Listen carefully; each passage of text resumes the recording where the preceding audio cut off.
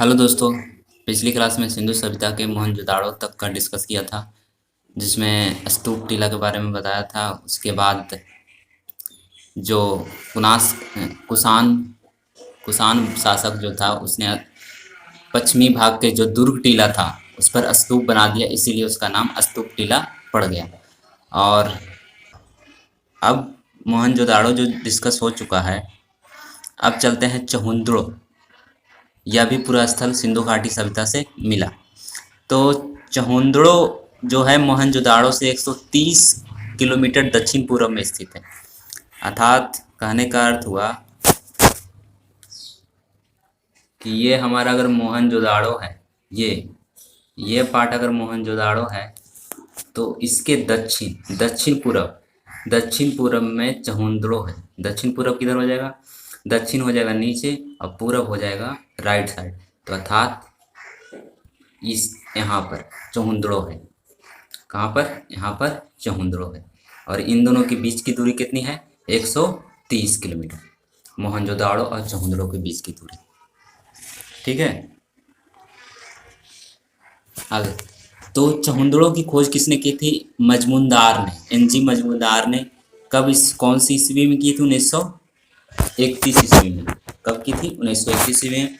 मजमूनदार किसकी खोज की थी? चहुंदड़ो की खोज की थी। 1935 से 36 में इसका उत्खनन मैके ने किया था। 1935 से 36 में इसका जो चहुंदड़ो का उत्खनन हुआ कार्य, वो मैके के नेतृत्व में किया गया। यह सैंधव संस्कृति की अतिरिक्त पाक हड़प्पा संस्कृति, जिसे ये जो सैंधव संस्कृति है उसके अतिरिक्त यहाँ पाक हड़प्पा संस्कृति पाई जाती थी। अलग से भी संस्कृति इसकी पाई जाती थी, जिसका नाम दिया गया झूकर और झांगर संस्कृति। क्या नाम दिया गया? झूकर और झांगर संस्कृति। जो सैंधव संस्कृति की सभी के लिए, सभी जो पुरास्थल सबके लिए सेम थी, लेकिन यहाँ से क्या मिला? पाक हड़प्पा की भी संस्कृति मिली। पाक हड़प्पा की संस्कृति मिली, जिसका नाम झूकर और झांगर संस्कृति कहते हैं के अवशेष मिले। संभवतः यह एक औद्योगिक केंद्र था। तो चहुंदड़ो जो था एक औद्योगिक केंद्र था, जहाँ मणिकारी अर्थात मणि बनाने के लिए, मोहर बनाने के लिए और भार माप के बटखरे जो बनते हैं, वह एक यहाँ ही बनता था। कहाँ? चहुंदड़ो ने। मैके ने इसका उत्खनन 1935 से 36 में किया था। तो मैके ने कहा यहाँ से मनका बनाने का कारखाना तथा भट्टी प्राप्त हुई। मैके को मिला मनका बनाने का कारखाना अर्थात बेड फैक्ट्री और भट्टी मिली यहाँ से, चहुंदड़ो से। ठीक है, और चहुंदड़ो के बारे में जानते हैं। यहाँ से प्राप्त अवशेष में कुछ प्रमुख हैं। यहाँ से कुछ उत्खनन जब हुआ तो यहाँ से कुछ अवशेष प्राप्त हुए, जैसे अलंकृत हाथी बना हुआ अलंकृत था, मतलब खिलौना होगा हाथी का बना हुआ, जो उस पर अलग अलग चित्रकारी बनी हुई थी। खिलौना मिला। कुत्ते के बिल्ली का पीछा करते हुए पदचिन्ह मिले, मतलब कि कुत्ता बिल्ली का पीछा कर रहा है, उसका पैर के निशान मिले। और सौंदर्य के लिए कॉस्मेटिक प्रोडक्ट अर्थात लिपस्टिक जैसे प्रोडक्ट यहाँ ही बनते थे। कहाँ से? चहुंदड़ो से।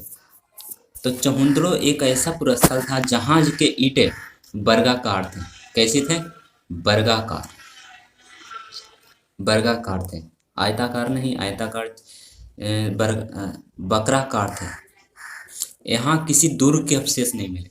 मतलब कि जो मोहनजोदाड़ो में पश्चिमी टीला, दुर्ग टीला और पूर्वी टीला मिला, तो यहाँ कोई भी दुर्ग नहीं मिला, दुर्ग के अवशेष नहीं मिले चहुंदड़ो से। तो चहुंदड़ो के लिए यहाँ इतना ही। आगे चलते हैं लोथल के बारे में। तो लोथल सब ने जानते हैं कि लोथल एक बंदरगाह के लिए सबसे प्रसिद्ध था सिंधु घाटी सभ्यता के लिए। तो लोथल है कहाँ? तो ये गुजरात में अहमदाबाद जिले में। कहाँ है? अहमदाबाद जिले में। किसके नदी किनारे? भोगवान नदी के किनारे बसा हुआ है। और इसकी खोज सर्वप्रथम S.R. राव ने की थी। किसने की थी? S.R. राव ने। सागर तट पर स्थित यह स्थल पश्चिमी एशिया से व्यापार के लिए एक प्रमुख बंदरगाह था। मतलब मैंने बताया कि लोथल किस लिए प्रसिद्ध हुआ? यह बंदरगाह के लिए प्रसिद्ध था।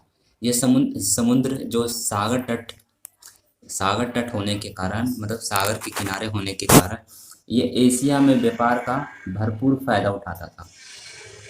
यहाँ से ही व्यापार होता है। नगर योजना और अन्य भौतिक वस्तुओं के आधार पर लोथल एक लघु हड़प्पा अर्थात लघु मोहनजोदाड़ो नगर प्रतीत होता है। यहाँ की जो नगर योजना थी और अन्य भौतिक जो वस्तुएं प्राप्त हुई यहाँ से, तो कहा गया लोथल कि ये लघु हड़प्पा, मतलब कि हड़प्पा का एक छोटा सा रूप है, और इसे लघु मोहनजोदाड़ो भी नाम दे दिया गया। ठीक है। यहाँ से फारस की मुद्रा मिली। फारसी लोग भी आते थे यहाँ व्यापार करने के लिए, तो यहाँ के फारस की मुद्राएं मिली और सील मिले और पक्के रंग में रंगे हुए पात्र मिले। पक्के रंग से रंगे हुए पात्र मिले। मोहनजोदाड़ो से गढ़ी तथा नगर दोनों एक रक्षा प्राचीर से घिरे थे। गढ़ी और नगर जो थे एक रक्षा प्राचीर, मतलब कि दीवार से घिरे हुए थे, बहुत ऊंची दीवार से घिरे हुए थे लोथल चारों तरफ से। आगे जानते हैं। लोथल के बारे में प्रमुख विशेषता है कि ये डॉकयार्ड था, बंदरगाह था जहाजों की गोदी भी कहा जाता है इसे। इसको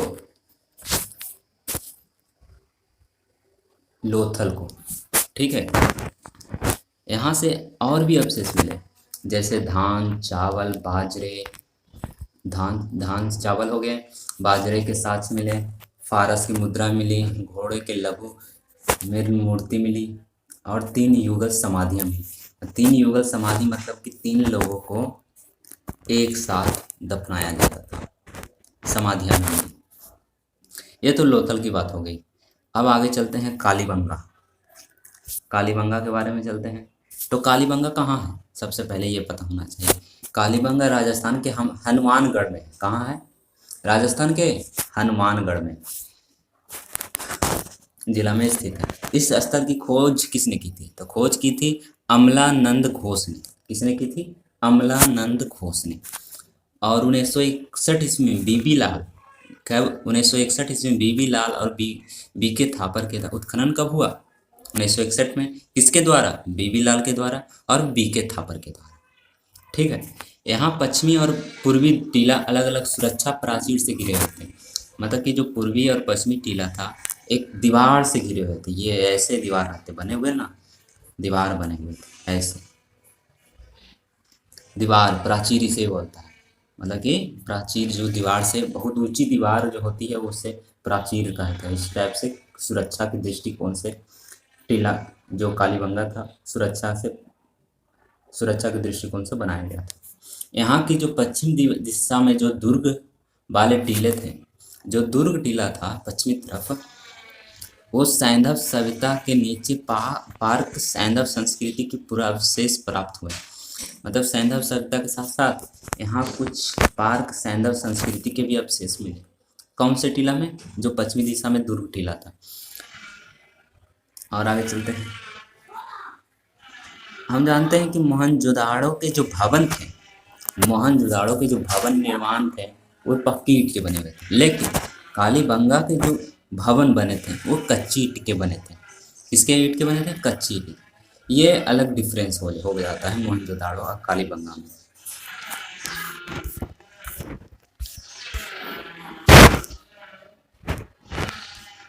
अब आज चलते हैं आगे। पक्की ईंटें का प्रयोग, जो कालीबंगा था वहाँ पक्की ईंटों का प्रयोग नालियाँ बनाने, कुआं बनाने, स्नानागार बनाने के लिए किया जाता था। और कालीबंगा से सबसे विशेष साक्ष्य मिले हैं जुते हुए खेत, मतलब कि जुताई किया हुआ खेत के साक्ष्य मिले, जिसकी जुताई आड़ी तिरछी थी। आड़ी तिरछी का मतलब होता है कि ऐसे जिगजैग वेग में इस टाइप से जुताई की हुई थी। आड़ी तिरछी जुताई की हुई थी, इस टाइप की जुताई की हुई थी। ठीक है। इस टाइप के खेत की जुताई की हुई कहाँ से मिले? कालीबंगा से। मोहनजोदाड़ो और हड़प्पा के समान यहाँ 2 टीला मिले। मोहनजोदाड़ो और हड़प्पा में भी 2 टीला मिला, दुर्ग, एक पश्चिमी दिशा में, एक पूर्वी दिशा में। तो यहाँ भी 2 टीला मिला। किस तो टीला बनाया जाता था किस लिए कि सुरक्षा के दृष्टिकोण से बनाया जाता था, सुरक्षा के लिए बनाया जाता है। पूरब की ओर स्थित टीला बड़ा था, पूरब की ओर जो स्थित टीला बनाया गया जो सबसे बड़ा दीवारों से घिरा हुआ था, और पश्चिमी टीला थोड़ा छोटा था, थोड़ा छोटा था। पश्चिमी टीले को कालीबंगा प्रथम का नाम दिया गया और यहाँ से भूकंप आने का साक्ष्य मिलता है। कालीबंगा से ही भूकंप आने का साक्ष्य मिला है।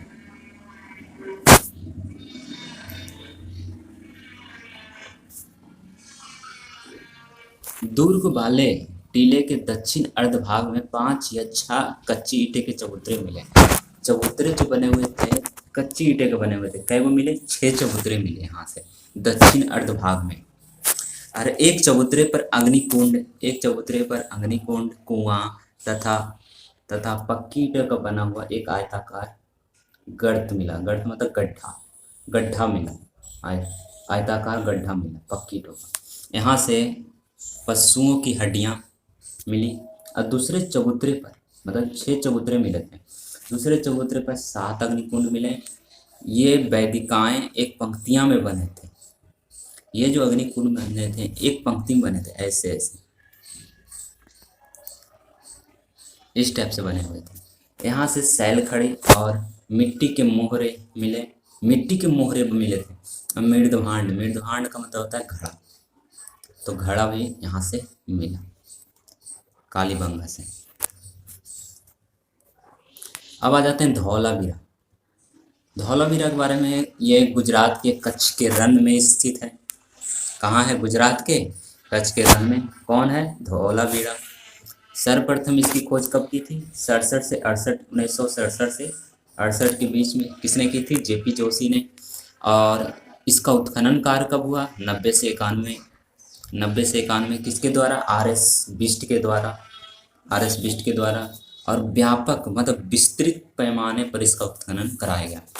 यहाँ के नगर जो थे आयताकार थे, आयताकार बने हुए थे नगर जो थे धौलावीरा के। इस नगर को 3 भागों में बांटा गया, एक किला और दूसरा मध्य नगर और तीसरा निचला नगर को 3 नगर में विभाजित था। यहाँ से एक विशाल जलाशय भी मिला। क्या मिला? जलाशय। यहाँ उन्नत जल प्रबंधन की व्यवस्था थी धौलावीरा में। सबसे विशेष बात है कि यहाँ वाटर मैनेजमेंट बहुत अच्छा था धौलावीरा में। यहाँ हड़प्पा लिपि के बड़े आकार के 10 चिन्हों वाला एक शिलालेख मिला। 10 चिन्ह उस पर बने हुए थे, उसका एक शिलालेख मिला। कहाँ से? धौलावीरा से। आगे चलते हैं। सुरकोटदा, ये सब जितने भी नाम हैं, सुरकोटदा, कालीबंगा, धौलावीरा इत्यादि, मोहनजोदाड़ो, हड़प्पा, ये सारे आते हैं सिंधु सभ्यता में। जो उत्खनन हुआ तो इतने इतने नगर मिले और स्थल मिले, उसकी अलग अलग स्थल की अलग अलग संस्कृति, अलग अलग विशेषताएं मिली। तो सुरकोटदा, सुरकोटदा ये कहाँ है? गुजरात के कच्छ में जिले में है। यहाँ नगर 2 दुर्गीकृत भागों में था। एक को गढ़ी कहा, दूसरे को आवास क्षेत्र कहा।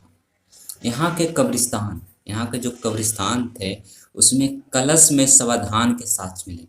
मतलब एक कलशा में आदमियों के जो शव थे उसको डालकर दफनाया जाता था। यहाँ से घोड़े के भी कुछ हड्डियाँ मिली, घोड़े के भी कुछ हड्डियाँ मिली। कहाँ से? सुरकोटड़ा से। अब आते हैं दहमदाबाद। दहमदाबाद कहाँ है? महाराष्ट्र में। दहमदाबाद महाराष्ट्र के अहमदाबाद जिले में है और किस नदी के किनारे बसा है? पवरा नदी के किनारे बसा है। सैंधव सभ्यता के सबसे दक्षिणी स्थल दहमदाबाद है। दक्षिणी स्थल जो बताया था कि सबसे दक्षिण तरफ दहमदाबाद है अर्थात महाराष्ट्र है, और पूर्वी भाग आलमगीरपुर तक फैला हुआ है। यहाँ से रथ चलाते हुए मनुष्य के साक्ष्य मिले, साढ़ के और गैंडे की आकृतियाँ मिली। यहाँ से कुछ मृदभांड और सैंधव लिपि के एक मोहर मिले। मृदभांड मतलब होता है घड़ा, और सैंधव लिपि के एक मोहर मिले। तस्तरी मिली, प्याला मिला इत्यादि सब साक्ष्य मिले। कहाँ से? दहमदाबाद से। जो सैंधव सभ्यता था, सिंधु सभ्यता के सबसे दक्षिण क्षेत्र है ये। रानीगढ़ी, रानीगढ़ी हरियाणा के हिसार जिले में स्थित है, जो घाघरा नदी के किनारे बसा है। किस नदी के किनारे बसा है? घाघरा नदी के किनारे। इस स्थल की खोज 1969 ईस्वी में सूरज भान ने किया था। ठीक है, यह नवीनतम शोधों के अनुसार सबसे बड़ा सैंधव स्थल है। जितना भी सैंधव सभ्यता में जितना भी स्थल प्राप्त हुए उत्खनन से, उसमें राखीगढ़ी सबसे बड़ा सैंधव सभ्यता, जो सबसे बड़ा स्थल यही था, रानीगढ़ी। और आगे चलते हैं रोपड़। रोपड़ कहाँ है? पंजाब में। किस नदी के किनारे बसा है? सतलज नदी के किनारे। सतलज नदी के किनारे बसा है। इसका आधुनिक नाम क्या है? रूपनगर। अभी इसे रोपड़ नहीं कहा जाता है, इसे रूपनगर कहा जाता है अभी वर्तमान टाइम में। और इसकी खोज की थी 1950 में। किसने? बीबी लाल ने। और इसकी खुदाई अर्थात उत्खनन कब हुआ? 53 से 55 के द्वारा। किसके द्वारा? यज्ञदत्त शर्मा के द्वारा। यहाँ से मृदभांड मतलब घड़ा, शैल खड़ी की मोहर, चरट के बटखरे और एक छुरा मिला, तांबे के बनाग्र मिला, कुल्हाड़ी मिला, इत्यादि मिला।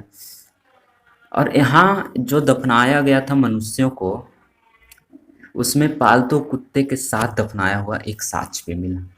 तो इससे ये पता चलता है कि रोपड़ में मनुष्य अपने पालतू कुत्ते से अधिक प्रेम करते थे। आगे रंगपुरा। रंगपुरा कहाँ है? गुजरात के सौराष्ट्र क्षेत्र में स्थित है। ठीक है, यहाँ पार्क हड़प्पा और उत्तर हड़प्पा कालीन सभ्यता के साक्ष्य मिले। मतलब कि यहाँ से सब चीज़ के साक्ष्य मिले। पार्क हड़प्पा और उत्तर हड़प्पा कालीन के सभ्यता के भी साक्ष्य मिले। यहाँ से प्राप्त वनस्पति के अवशेष के आधार पर कहा जा सकता है कि लोग यहाँ चावल, बाजरा, ज्वार की खेती किया करते थे। आज के लिए इतना ही। धन्यवाद।